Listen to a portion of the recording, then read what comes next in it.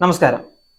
പൗരത്വ ഭേദഗതി നിയമത്തിൽ പിണറായി വിജയന്റെ നിലപാട് ചോദ്യം ചെയ്ത് പ്രതിപക്ഷ നേതാവ് വി.ഡി. സതീശൻ. ലോക്സഭാ തെരഞ്ഞെടുപ്പ് അടുത്തിരിക്കെ മുസ്ലിം വോട്ടുകൾ ലക്ഷ്യം വെച്ച് മാത്രമാണ് പിണറായി CAA വിഷയത്തിൽ സംസാരിക്കുന്നത് എന്നാണ് വി.ഡി. സതീശന്റെ ആരോപണം.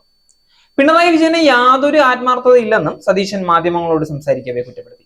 പൗരത്വ ഭേദഗതി നിയമവുമായി ബന്ധപ്പെട്ട വിജ്ഞാപനം കേന്ദ്ര സർക്കാർ പുറപ്പെടുവിച്ചതിന് പിന്നാലെ ശക്തമായ നിലപാടുമായി മുഖ്യമന്ത്രി രംഗത്ത് വന്നിരുന്നു.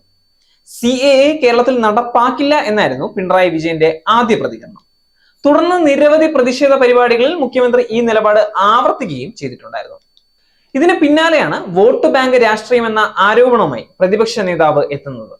CAA വിരുദ്ധ പ്രക്ഷോഭത്തിൽ ഭൂരിഭാഗം കേസുകളും സംസ്ഥാന സർക്കാർ പിൻവലിച്ചിട്ടില്ലെന്നും സതീശൻ ചൂണ്ടിക്കാട്ടി. തെരഞ്ഞെടുപ്പ് അടുക്കവേ മറ്റു വിഷയങ്ങളിൽ ശ്രദ്ധ മാറ്റാൻ വേണ്ടിയാണ് പിണറായി ദിവസവും പൗരത്വവും പറഞ്ഞു വരുന്നതെന്ന് സതീശൻ വ്യക്തമാക്കി. കോൺഗ്രസുകാർ സംസാരിച്ചതിന് തെളിവുണ്ട്, എന്നിട്ടും മുഖ്യമന്ത്രി പച്ചക്കള്ളം പറയുകയാണ്. CAAയിൽ കോൺഗ്രസിന്റെ സമരവും പരിപാടികളും പിണറായി വിജയനെ ബോധ്യപ്പെടുത്തേണ്ട ആവശ്യമില്ലെന്ന് പറഞ്ഞ സതീശൻ മുഖ്യമന്ത്രി ദേശാഭിമാനി പത്രം മാത്രം വായിക്കുന്നത് കൊണ്ടാണ് പലതും അറിയാത്തതെന്നും പരിഹസിച്ചു. എന്നാൽ കഴിഞ്ഞ ദിവസം മലപ്പുറത്ത് നടന്ന ഭരണഘടനാ സംരക്ഷണ റാലി ഉദ്ഘാടനം ചെയ്ത് സംസാരിച്ച മുഖ്യമന്ത്രി RSSനെ രൂക്ഷമായ ഭാഷയിൽ വിമർശിക്കുകയും ചെയ്തിട്ടുണ്ടായിരുന്നു.